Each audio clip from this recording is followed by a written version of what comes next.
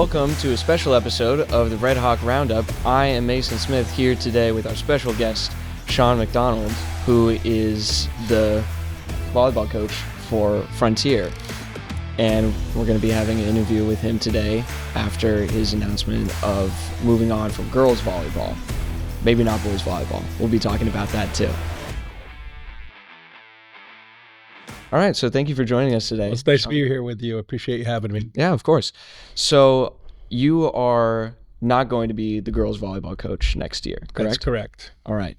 But boys volleyball, we were talking about it before we started rolling. That is kind of up in the air right now? I'm going to be there this spring for sure. Yeah. And, possibly moving forward, I feel like the girls volleyball team is in a really good place right now. And I want to make sure that the boys team is a real self-sustaining entity before I go, because, it's like I was saying, there's been a lot of, or too many, schools that have a boys volleyball team for 3 or 4 years, and after the newness wears off, kind of fades out. So we want to make sure that doesn't happen at Frontier. And so I'm going to stick around to make sure that happens, and work with Courtney in the spring, and she does a great job. Yeah. All right. And Courtney, she's going to be taking over the head coach position for girls volleyball. Is that correct? Or? I'm not sure if that's 100% yet or not. I don't want to. I think she would be the perfect choice. I think she's the obvious choice. Yeah. I'm not sure if any decisions have been made or publicized on that yet. Mm-hmm. Yeah, I mean, I haven't heard anything about it, so that's why I was wondering. And so you said girls volleyball is in a good place, and I think that's a little bit of an understatement maybe. So how many Western Mass championships have you led them to? 18. And is that like in a row? 18 in a row. 18 in a row. So that's pretty historic, is my understanding of that. And you've been coaching them for how many years? This was season 21 in the fall. So I started in 2003, and I've been going since then. Yeah, well, you've been coaching longer than I've been alive, so. Thanks for making me feel old, bud. Appreciate it. Well, how exactly did you get into coaching volleyball? Coaching, I got into more playing first. Okay. And so one of those teams that had a team and then didn't have a team was Mahar, and that was where I went to school. Graduated from. And so I got my senior year, I played on a really bad boys volleyball team, but kind of fell in love with the game, and then got playing it more, and then got into officiating. Then the coaching was actually the last thing. And so I still coach and officiate, but coaching was one of the last things I did in the volleyball, progression of things between player and then official and then coach. Yeah.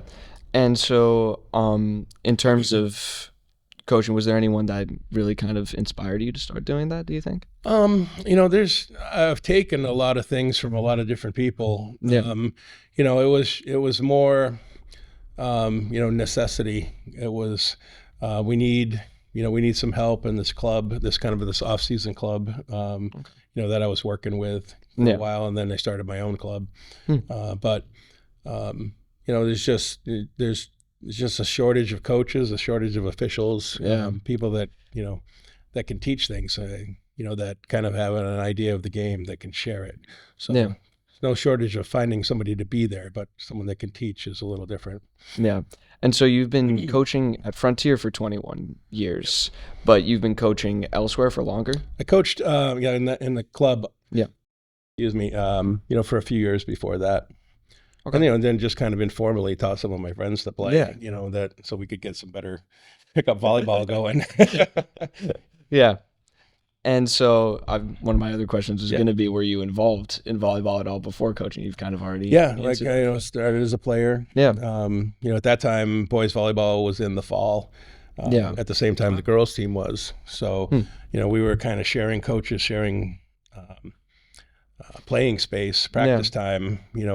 At that time, the Mahar girls were having one of the best teams ever. So we weren't getting a lot of attention over here, nor did, we would scrimmage the girls and they would just beat us into the ground. Oh, man. And, but, it's like, I just think volleyball is one of those sports that's just really easy to tell that you're not good at it yet. That it's just hard. You got to keep it in the air. Yeah. But kind of got the bug from that. Yeah. And so it might be an obvious answer to this, but why did why was there that change for boys volleyball to go to the spring instead of the fall? I think it matched a little more with the college seasons.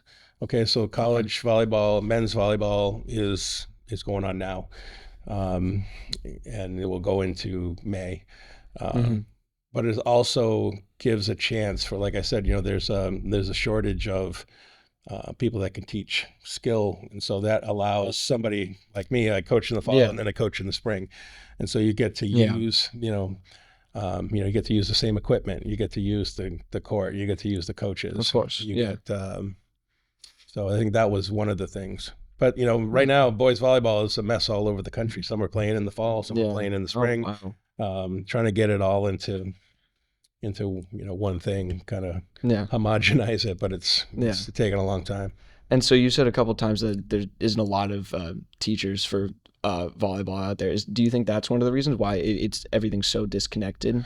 That's why there isn't a lot of teachers? No, I think in some of the states, there's always other people's personal interests involved. One of the reasons there was hesitancy to start a boys volleyball team here was there was fear that we might cut into the baseball team too much, or we might cut into the track team too much.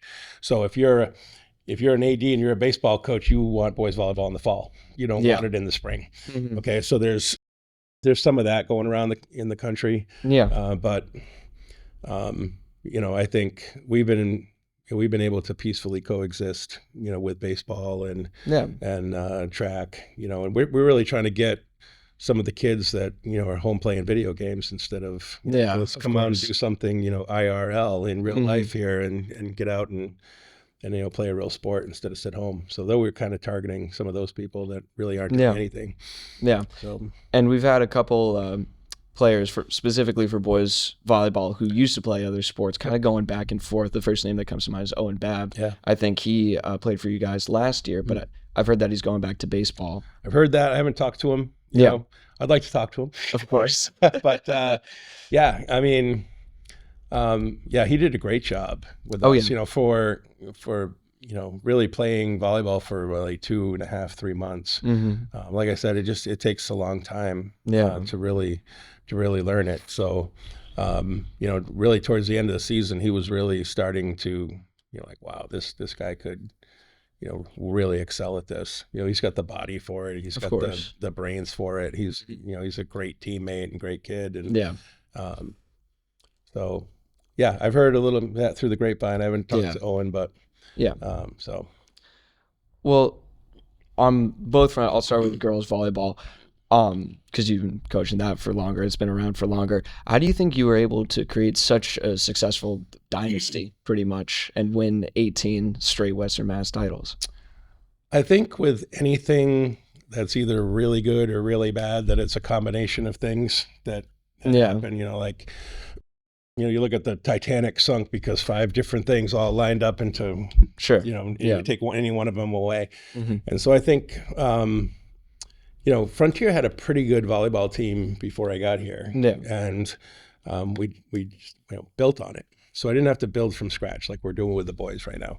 So, but I think, between, I think one of the things that we do well is, the things that we train and the things that we, consider more important than maybe some other things that you do in volleyball. And so that what we train and how we train it, I think, are probably more important than who we train. Okay, so we've got great kids, but there's other schools got great kids too. Okay, and so I think that getting everybody on the same page from the varsity team, JV team, and now we have a middle school team. Okay, so when I first got here, we didn't have a middle school team, and it was, if you're in 7th grade and you're trying to beat somebody out of a spot on the JV team, that's hard. So we wanted to get someplace where you could be brand new, and that's okay. So the fact that we have 7 through 12 in the school, and we basically get to run our own feeder program in the middle school, that's a big help. But I think we've had great. We've had great coaches along the lines, from, Jack Stankowski was one that was my JV coach for 13 years. And, he did a great job preparing the JV team to come play for me. But But and then Courtney and Angelica, back after they graduated school, and who played for us, and now we're back. Really proud of that. Yeah. But I think I think it's a combination of things. I think it's what we train, how we train, the culture we build about mistakes are going to happen, and it's not only do they happen, they're kind of crucial for your learning process. So we try to make an environment where go ahead and make your mistakes. We're gonna make, and don't feel special about that one because you're going to make thousands more. Okay, so but I think with anything, it was it's kind of a soup that there's a lot of different ingredients in it. Certainly not just me, and not just one or two special players. Yeah. There's teams out there with one or two really good people that haven't done exactly what we've done. So that's what I think. Combination of things: really good coaches, really good players, kids that fall in love with the game and then want to play it more. So there's a lot of kids playing off season, not because they're being forced to, but because they love it. Yeah. So that definitely can make a big difference. And I know you've been stressing that it's a big combination of things to make a team successful, but in volleyball and also like in general, what do you think, if you had to choose one, would be the most important thing that a team needs to succeed? I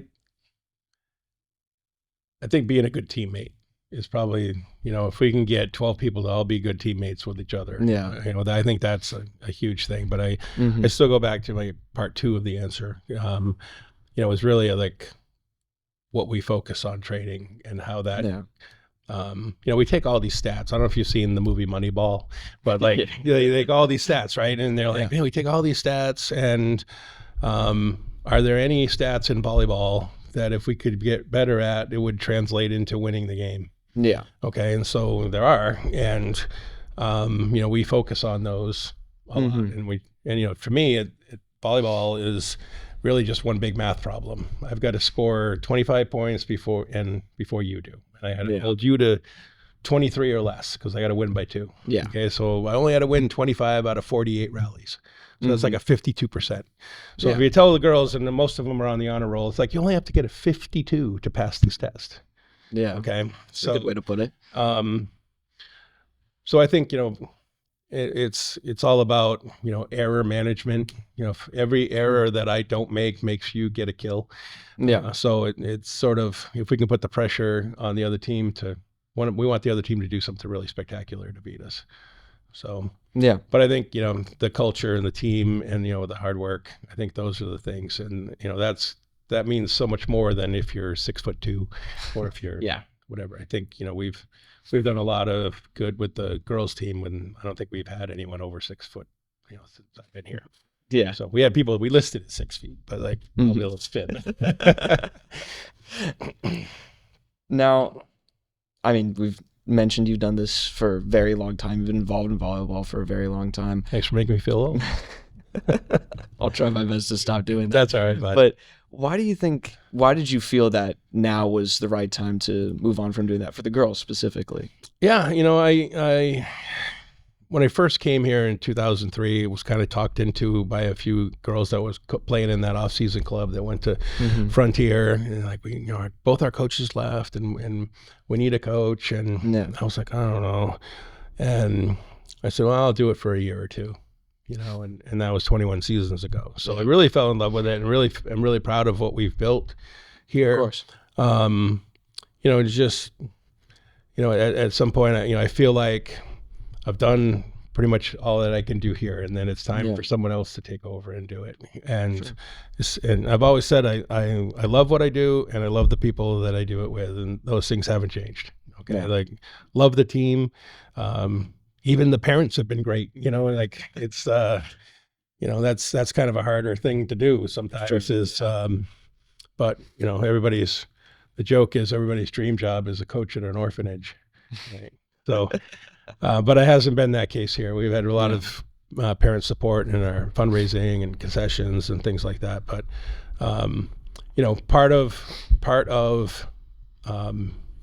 my decision to leave is who I would be leaving it to. And, because you see sometimes a team will have really good run, and they change coaches, and then it immediately stops. Yeah. And so I know that, you know, if they pick Courtney, that she's going to be able to continue the success we had and build on it. Okay, so the succession plan for me was important. Of course. You know, Courtney now, you know, working at Frontier in the building and just has to walk down the hall to go to practice. Yeah. You know, that was a big part of it, but it also felt like it was time. You know, it felt like, you know, we built the thing. We've won at the highest level that we can win, and we've done it a few times. And so I felt like, you know, just for me to do some other things in life was kind of that next step. Yeah, of course. Do you think that in the near future, I mean, besides coaching the boys team, you're going to be still involved in the girls volleyball at the school at all? At the school? I think I want to, you know, I've said I want to let Courtney be Courtney. Of course. And I don't want to be the big shadow, 6'6" shadow, you know, behind her. I want to kind of let her do her thing without me being around, hovering around. Yeah. You know, so I want to go to some of the big games, and I want to go to senior night. Of course. But I don't want to crowd her too much. Yeah. So, you know, I'm involved in volleyball year round between, you know, Frontier and I coach and direct Pioneer Valley Juniors Club, you know, where I came from practice this morning, and, you know, we're going to Boston for a 3-day tournament this weekend. And, you know, so I'm still being involved in coaching girls. It just won't be a, you know, 100% group of Frontier girls. You know, and like I said, I'll be with the boys, and I'll be officiating volleyball. And I'm still going to be, if there's a volleyball net around, there's a good chance you might see Sean nearby. Yeah. So I'm still going to be very involved in volleyball. That's good, yeah. And so we've been talking about the girls a little bit for a little while. So turning it back around to the boys, you're going to be coaching them in a month or so, I think is when we're starting. Yeah, about 3 weeks. 3 weeks. Man. Oh. So what hopes do you have? I mean, you guys have been fairly successful. It's been 2 years now that they've been running it, right? And so your third year of Frontier having a boys volleyball team. What are your hopes for, you know, expanding that, I guess?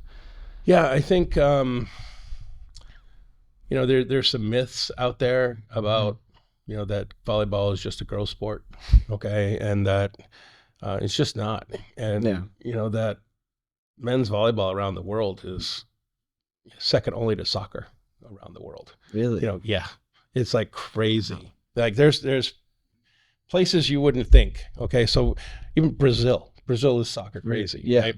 They are insane about volleyball. Really? Yeah, they're like volleyball. What did they say? Volleyball. I can't remember the thing, but it was like basically only second to soccer because soccer is considered religion. Yeah, okay? And like, but they're extremely good. Yeah, extremely good. Wow. So yeah, I think we're fighting this myth that it's, you know, boys are playing a girls' sport, which is not true. Yeah. And you know, it's been a little frustrating because we had some young kids, they starting to get better, and then a bunch of them, you know, didn't come back the next year. And so we're trying to get a younger group, you know, that we can train for 3, 4, 5 years. Like we said with the girls, we get to run our own feeder program. Yeah. So it's just, you know, some of it's frustrating. Like I said, it's, you know, when you have to try to keep the ball in the air in a 3-dimensional way, it's tough. I can't hold the ball. I can't dribble the ball, say, hey, set a pick right there, and I'm going to run. Yeah. It's like you're basically, you know, volleyball is kind of like basketball with a 4-second shot clock. You know, I've got 4 seconds to run my offense. Yeah. And then I have to go on the other side. So it can be really fast. It can be really powerful with boys and men, you know, jumping really high. You know, it's really the same game, but it's played, you know, we stress other things you know, like we would stress, you know, in girls volleyball, a lot more floor defense, and in boys volleyball, we might stress more blocking at the net, things like that. So, but, you know, what are we hoping for? It was our third year. You know, we were really proud that we were able to win Western Mass in our first 2 years in a row. Yeah. to be a brand new team in Western Mass. So really proud of that. We'd like to see how that goes this year. We've got, because we were brand new, we weren't in a league. Oh, really? For boys, well, yeah, we had to find a whole schedule, and Carl did a great job. Carl Sear did a great job getting, our whole schedule set up. So now we are in a league, and it's going to be a lot tougher. So we're going to be playing some people that have been, well established. We're going to be playing the state champs. We're going to be playing the state champ runner-up. Yeah. Okay. So, we're in the deep end of the pool now, and it's good for us to know that's what it looks like. That's what we want to be in a few years. Yeah. But we're still definitely, trying to be patient and Sure. just make sure we're moving up. In the right direction. Yeah. So it sounds like you guys are going to have some pretty good teams to test you this season. Yes. Yeah. 100%. That's a good thing. It's good. Or less, yeah. Yeah. I mean, our girls and boys programs are really not in the same place yet. And, Sure. We'd like to get the boys closer to what the girls are, compete with just about anybody in the state. Absolutely. With that takes more than 2 years. Yeah. So with boys. So do you think you're going to be around to try and see that happen for the boys? we'll see. I don't know. It's who knows what. I don't have any plans to leave. If the right college volleyball job came up and it was a full-time thing, of course, that might change. What I do in the spring. Yeah, well, that's understandable. But yeah, and so I've pretty much got the general idea that you feel good about it, but how do you feel about the future of volleyball at Frontier? I think it's really bright. Yeah. I think the girls volleyball team is in a great place right now, and I think that Courtney's got a lot of people coming back. If Courtney's the coach, hopefully they'll make the right decisions on that. And if she's got a lot of seniors coming back they're going to be really strong, so she's going to be in a good position to be successful next year. And we're just trying to keep moving the boys in the right direction. Yep. So Frontier volleyball is really bright. Yeah. And then just volleyball in general is growing just crazy. There's more high school girls playing volleyball in the United States than are playing basketball in the United States. Really? You wouldn't think so, right? And so I'm going to Boston this weekend. Yeah. They've got the convention center, and they're going to have 95 volleyball courts set up in there. 95. That's incredible. And they're going to basically use those 95 twice. Group of teams come in the morning, they all leave, another group comes in, another 95 courts full of people. That's insane. For 3 days. Yeah. Wow. It's huge. Okay. It's just people don't get how big it is. And it's growing so fast that we're running out of coaches and officials and so we got to stop yelling at volleyball officials. Okay. So we need some more of them. Yeah. But even they had, Wisconsin and Nebraska, they're two of the top women's teams in the United States. Mm-hmm. They played a regular season game. That game on TV beat the Major League Baseball playoff game that was on TV as far as the ratings, and it beat 2 college football games that were on TV at the same time. Oh my God. Yeah. It's getting big. Wow. So, and boys volleyball is the fastest growing sport in North America. Yeah. So, and it's really kind of cool because you never see the women's side of a sport drive the growth of the men's side. It's true. Always like there's an NBA and then there's a WNBA. Yeah. Or there's, PGA and then LPGA. Yeah. And now it's like the growth and popularity of girls volleyball is driving the growth and popularity of boys volleyball. It's kind of cool. Yeah, that is really. And so now, last question that I have for you, $1 million question. Yep. Is volleyball your favorite sport? Yeah, it is. Yeah. I just love it. I mean, I used to play it a lot. I haven't played it much lately. It's just one of those sports that you have to have help on your team. You can't go down, rebound a ball, dribble it all the way down and dunk it. And I always need the help of some other player, at least one other player to make 3 contacts. So I think it's, maybe with the exception of football, the one you have to act as a team the most. And, that's cool. Okay.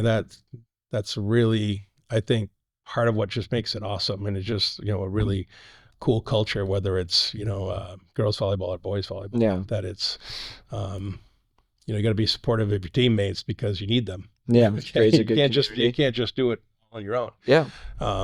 But it is my favorite sport. It's the one I played the most. It's the one I know the most about. I would not try to pretend to coach, basketball or soccer or anything like that. So I'm a one-trick pony, and this is what I know, and I know a fair amount of it. Yeah. So, but it is my favorite, for some of those reasons. It's fast.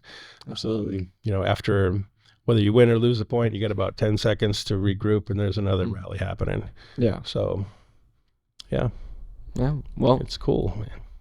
That's all I've got for you today. Right. Thank you so much for thank you for having me and putting volleyball in the spotlight for a minute. Oh yeah, and we're going to be there. FCAT's going to be there covering a lot of boys volleyball games this spring. You guys should tune in. It's going to be really exciting. He's going to be out there. We'll be there, leading them to victory, hopefully. So once again, thank you so much for coming in, Sean. And we'll see you guys in the next episode where we're going to be recapping winter sports and doing a look forward on spring sports, boys volleyball, baseball, softball, a bunch of other stuff. So be sure to tune in for that. Thank you all so much for tuning in. You've been watching the Redhawk Roundup.